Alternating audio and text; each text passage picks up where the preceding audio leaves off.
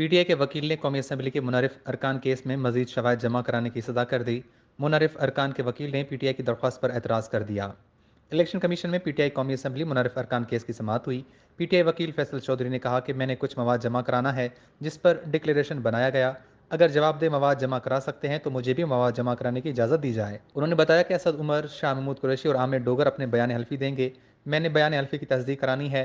Member commission ने कहा आपने डिक्लेरेशन के साथ मवाद जमा नहीं कराया था। नूर आलम खान के वकील ने एतराज़ करते हुए कहा अगर ये ऐसे मवाद देंगे तो केस तो 30 दिन में नहीं ख़त्म हो सकता। ये दरख्वास्तें काबिल समात नहीं। फैसल चौधरी ने कहा कि मैं शवाहिद इलेक्शन कमीशन के पास रखना चाहता हूँ। अब इलेक्शन कमीशन ट्रिब्यूनल है, इसमें शवाहिद के बगैर केस चल सकते हैं। उन्होंने बताया कि एमएनएज़ की डिक्लेरेशन अलहदा है। एमएनएज़ ने दूसरी जमात में शमूलियत अख्तियार की है।